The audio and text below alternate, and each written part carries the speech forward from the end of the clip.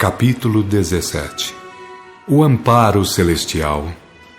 Estendendo a tua mão a sarar as enfermidades, e a que se façam maravilhas e prodígios, em nome do teu santo Filho Jesus. Atos, capítulo 4.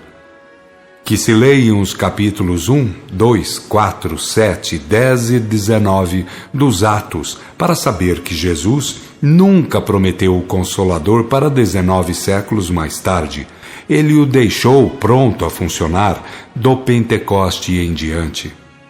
Que se leiam os capítulos 12, 13 e 14 da primeira epístola aos Coríntios, para saber como os primeiros cristãos cultivavam o Consolador generalizado pelo Cristo, porque o Consolador é de sempre, mas até ali era esotérico ou de portas fechadas. Dias depois daquela inolvidável festividade, fomos atraídos pelas orações de uma irmã encarnada a quem Bezerra de Menezes receitara remédios e fizera recomendações sobre orações a serem feitas. Doente ela era, e doença que surgia do seu corpo astral por força de culpas antanho adquiridas. Mas o pior nela era uma tremenda atuação de um irmão enegrecido, a ela tão ligado que chegava já a estar penetrado em seu corpo astral. Ela vibrou intensamente por estar diante de duas filhinhas, pensando que se as coisas não melhorassem, talvez não pudesse chegar a vê-las crescidas. Sua oração atingira o posto devido, em nosso reino, tendo havido ordem de pronto socorro. Chegando o grupo ao local, o seu dormitório, vimos a mãe lidando com as suas filhinhas, estando bastante arcada, aflita e lagrimosa. Todavia, paupérrima que era, cuidava de tudo, embora em estado cambaleante. E nós, embora sabendo que a lei de equilíbrio não erra, embora reconhecendo que em tudo aquilo devia estar, e estava, a justiça divina, tomamos parte em suas lágrimas. Tancredo colocou a sua mão direita sobre a cabeça da jovem e enferma irmã, rogando poderes ao Senhor para conseguir afastar o embrutecido irmão que a feria tão profundamente. E como todos nos lembrávamos da presença do Cristo, por causa daquela maravilhosa festividade, fizemos um pensamento conjunto depois de combinar. Aquela oração movimentou forças e elementos superiores, tendo chegado a nós, e muito rapidamente, irmãos do círculo de Bezerra de Menezes, que fora a reencarnação de Lucas, o apóstolo médico ou terapeuta, da ordem essênia ou do profetismo hebreu. Com a chegada de elementos assim superiores, ficamos ao dispor do que julgassem conveniente fazer, depois de estudar o caso. E aquele que deles era o chefe, ou o mais autorizado, colocando a mão sobre a jovem e doente irmã, procurou ver nos seus registros íntimos os motivos de tudo aquilo. A seguir, falou-nos de um padre muito rigoroso em favor do santo ofício, que depois de penar dezenas de anos na subcrosta, foi recolhido e instruído, sendo logo mais preparado para a imediata reencarnação, estando ali na condição daquela pobre irmã, mergulhada em muita penúria, além de sofrer o tremendo impacto daquele irmão enegrecido, mais parecendo uma grande larva negra que a envolvia, de preferência tomando-lhe toda a região do estômago, pâncreas e baço. Depois, fazendo o mesmo com as filhinhas, contou-nos de 2 companheiros de maldades fortemente vinculados a ela.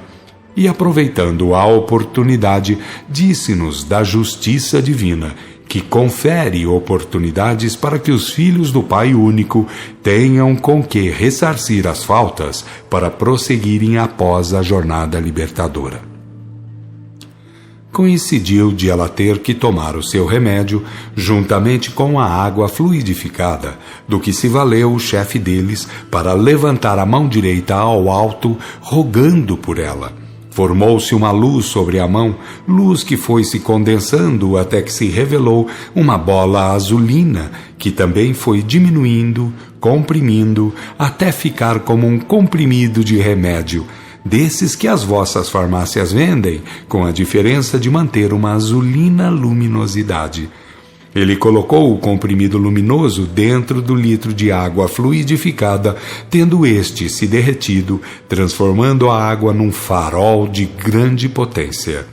E quando a irmã terminou a oração que fizera antes de tomar o remédio, e foi colocar o mesmo dentro do copo que enchera de água, de tal forma sintonizou com o ambiente espiritual ali criado, que caiu num pranto feliz, convidando a mais velhinha das meninas à oração, dizendo que Deus estava mandando-lhes o seu auxílio. Absorveu o líquido com o remédio e nós vimos que a luminosidade a tomara toda, pondo o enegrecido irmão em convulsões e gemidos. Foi então que o chefe do grupo convocou alguém, erguendo a mão direita em direção ao alto, tendo muito logo chegado 2 vigorosos pretos velhos, felizes e bondosos, aos quais o chefe disse que retirassem o tal enegrecido irmão.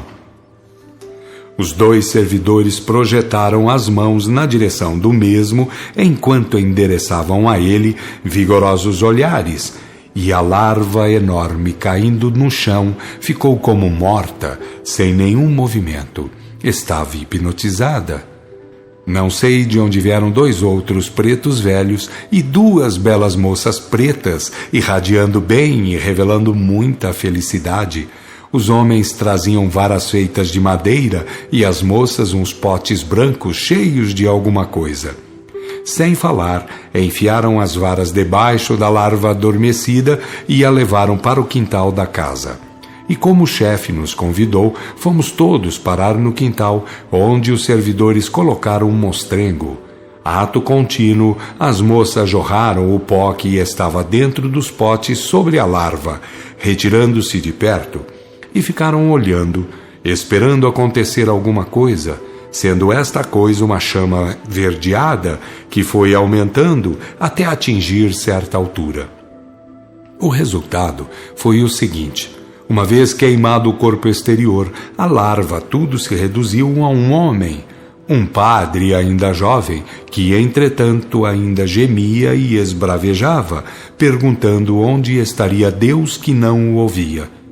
O chefe a ele se endereçou, colocou-lhe a mão direita sobre a cabeça, fê-lo dormir e mandou que o levassem embora, e o lugar para onde o levaram foi o local de trabalhos espíritas do Dr. Bezerra de Menezes. Disse o chefe que o padre seria doutrinado num dos seus trabalhos mediúnicos costumeiros. Quando entramos de novo casa adentro, a jovem mãe cuidava de suas obrigações, e o chefe disse a Tancredo: esta irmã precisa de um aviso nosso. Deve saber que a sua cura depende mais do espírito, e você fará isso assim que ela vá aos trabalhos do nosso companheiro encarnado, Dr. Bezerra de Menezes. Tancredo prometeu e dias depois cumpriu, falando a ela como devia falar, para ela proceder como devia proceder. Mais tarde, como sabemos, aquela irmã teve suas faculdades desenvolvidas, tornando-se ótima servidora, isto é, fazendo muito pelos outros para bem fazer a si mesma, ressarcindo faltas. 8 nota de rodapé.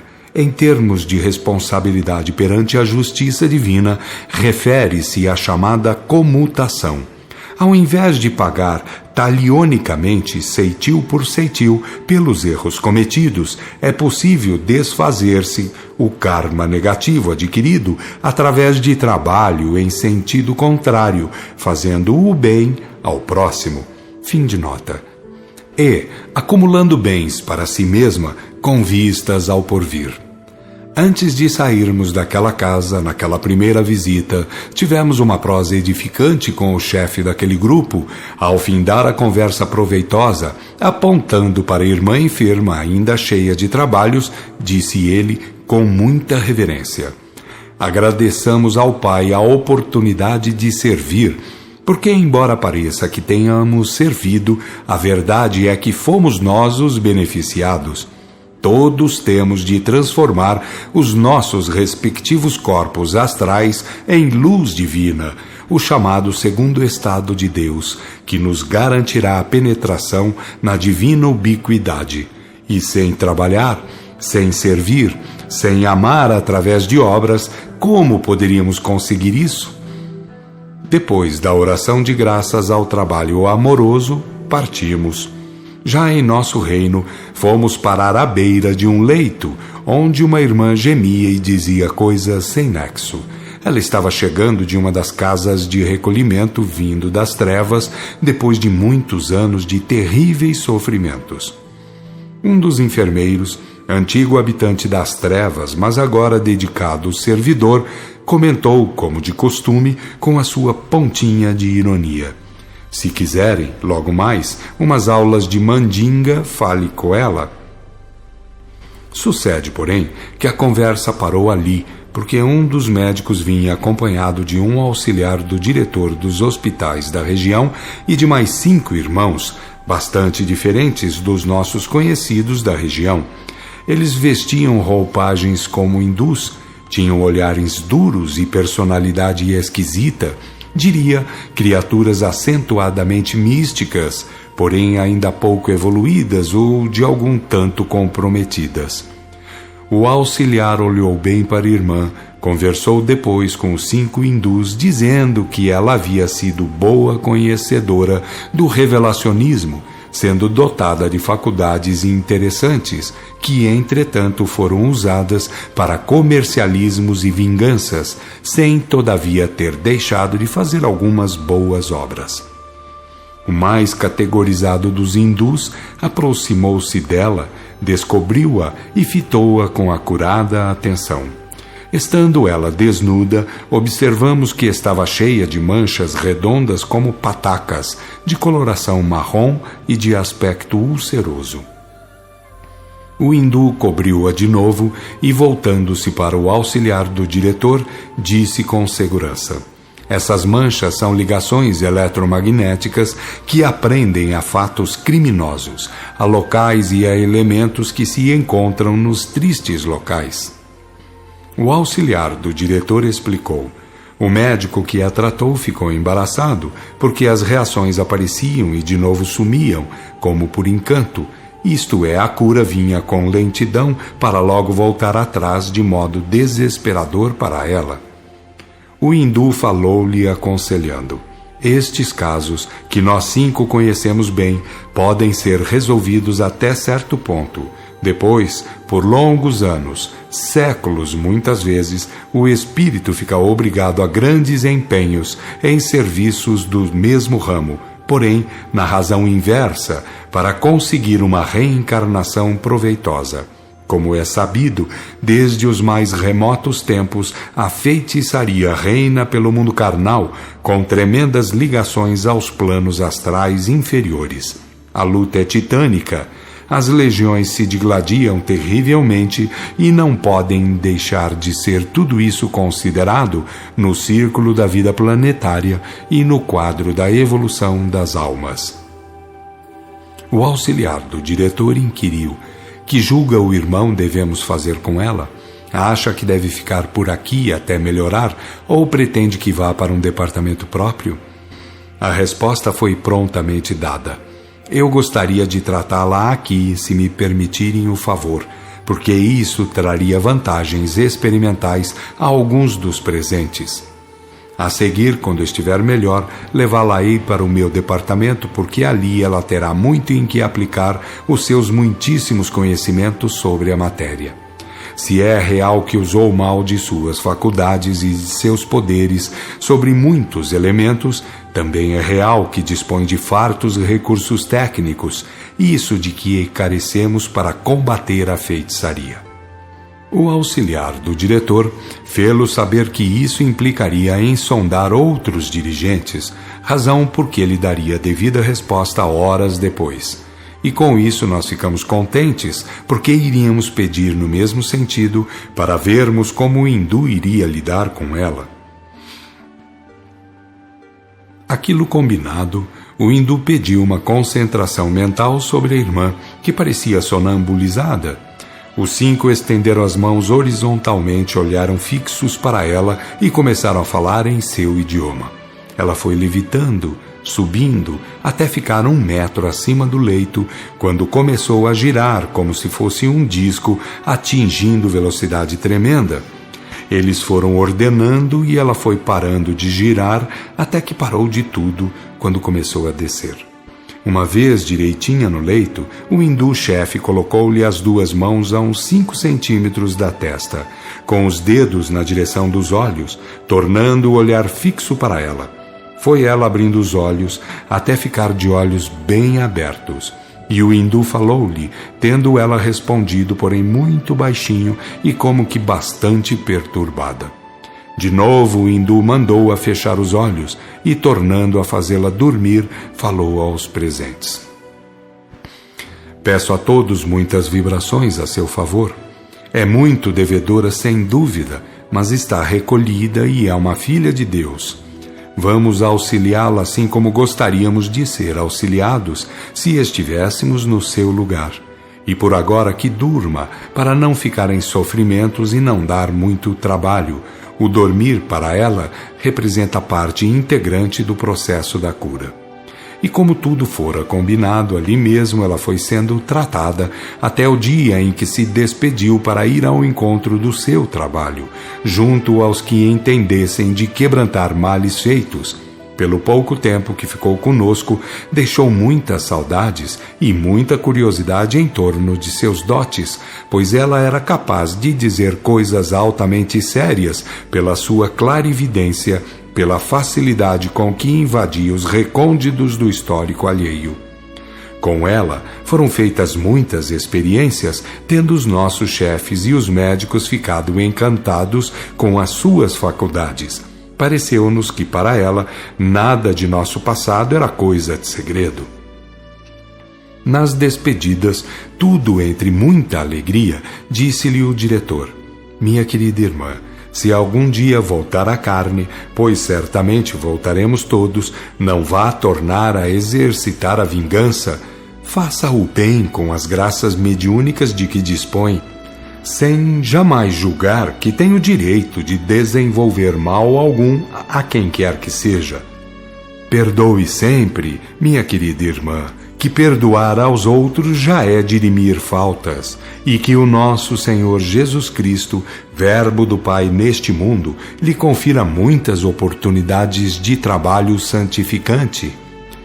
Dias e dias após a sua partida, comentários eram feitos durante as nossas conversações a seu respeito, porque ela envolvia muitos assuntos, inclusive os 5 hindus, com os seus grandes poderes, com aquela técnica para nós esquisita, sabendo, como grandes conhecedores, aplicar as mãos e a força magnética dos olhos. Como alguém do nosso círculo de amizade e trabalho falasse na irmã, que tão dotada de grandes faculdades, tão mal as aplicara, Tancredo comentou: a lei de harmonia paira acima de tudo, reclamando de cada um o devido em trabalhos e responsabilidades. Seja quem for, disponha do que dispuser de conhecimentos e faculdades. Se o Cristo assinalou a sua condição de servidor da lei e não de senhor da lei, porque dela só Deus é senhor, vamos compreender isso e não cair na asneira de usar mal a coisa alguma, a poderes quaisquer. E em tom ponderoso completou, depois de meditar um pouco: lidar com agentes do nosso plano para desfazer coisas feitas, como dizem lá na crosta, tem levado muitos trabalhadores a reincidir em graves faltas, porque as relações entre os 2 planos são, por natureza dos trabalhos, muito ligadas aos níveis mais inferiores do astral. Quando menos esperam, estão servindo a guias que desguiam, estão fazendo o que pretendiam desfazer, chafurdando nos abismos e comprometendo futuras vidas. Dado a gravidade dos conceitos, aquele alguém que havia inquirido voltou a inquirir admirado: então, bondoso instrutor, a questão é assim comprometedora? Tancredo sorriu e, num tom de análise mais acurada, acentuou: a questão não é comprometedora, mas sim o modo de encará-la. Se há quem faça o mal por esses processos, há quem os possa quebrantar, porque a dialética é lei na ordem divina.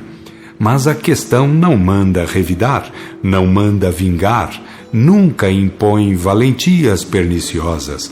Porém, e aqui mora a periculosidade, muitos trabalhadores dessa ordem deixam-se levar pela conversa de certos guias, espíritos ainda muito inferiores, caindo em graves faltas. E foi assim que ela cometeu faltas graves? Tornou aquele servidor a perguntar, sequioso de conhecimentos. Sim, pois dispondo de maravilhosas faculdades e tendo certa dose de poder sobre legiões do nosso plano, aplicou por conta própria a pena de talião, revidando elas por elas, e até muito pior ainda. E assim sendo, dentro de algum tempo, ela era escrava de elementos menos felizes que lhe ordenavam, a título de defesa, os mais tenebrosos revides. Desceu a feitiçaria, cometeu crimes tremendos e foi parar nos abismos da subcrosta, como sabeis. Isto é coisa muito séria, comentou aquele companheiro. Tancredo, erguendo a seu modo o indicador, alertou a todos. Para desfazer qualquer mal, o importante é não aplicar o mal. Assim fez Jesus Cristo, renunciando à mesma vida. Tudo proclamou, ensinou, advertiu e exemplificou, em palavras e atos, sem recorrer à aplicação do mal. Disse todas as verdades que deveriam ser ditas, enfrentou poderosos e potentados com a máxima gravidade, mas não pensou sequer em vinganças. Foi como cordeiro ao cutelo, sem dizer palavra alguma de vingança, deixando tudo a cargo da justiça divina. Infelizmente, porém, os trabalhadores dessa ordem de serviço, com muita presteza, se entregam à mania de valentias, dos desafios, das paixões comprometedoras. E assim terminamos aquela jornada, com boas colheitas doutrinárias. E isso é que não nos falta, porque tão ligados que estamos ao mundo carnal, sempre temos pela frente muita fartura experimental. Tudo quanto é do próximo também pode ser nosso, mais tarde ou mais cedo, e, portanto, fazemos questão de estudar bem a todos os fatos. Os mestres teóricos são muitos, mas a mestria principal cabe mesmo à vida. Ela é prática, ela é vida, ela é fato. Vede bem que tudo pode ser comentado contra ou a favor sobre todos os assuntos. Porém, quem poderia deixar de ser vivente e responsável? Bem sabemos nós, deste lado, que as movimentações humanas variam ao infinito. Entretanto, sabemos muito bem que o supremo juízo compete a Deus e a ninguém mais. Porque os mesmos Cristos planetários nada mais são, em suas altas funções diretoras, do que servos da lei de harmonia. Eles não vivem em estado de lástima e de pranto pelo fato de alguns de seus tutelados irem parar nos abismos tenebrosos por causa de faltas cometidas. A lei de Deus data do período védico-búdico, ou vice-versa, tendo sido Moisés apenas um retransmissor e grande codificador. O divino exemplo do Cristo todos sabem comentar, não é isso? Portanto, para subir ou descer, cada um o fará pelas suas obras. E depois, quem é o responsável? O Cristo? O próximo? A justiça divina?